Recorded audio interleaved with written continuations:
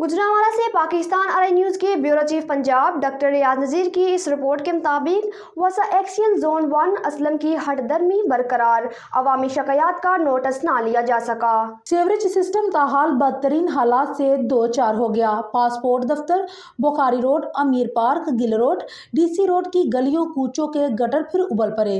पोशी इलाकों में गंदगी एक मामूल बन चुकी है। नमाजियों का मस्जिद जाना मुहाल हो गया, जबकि मर्द खवातीन समेत कमसन बच्चों का अपने ही इलाकों की गलियों में पैदल चलना दोबर हो चुका है।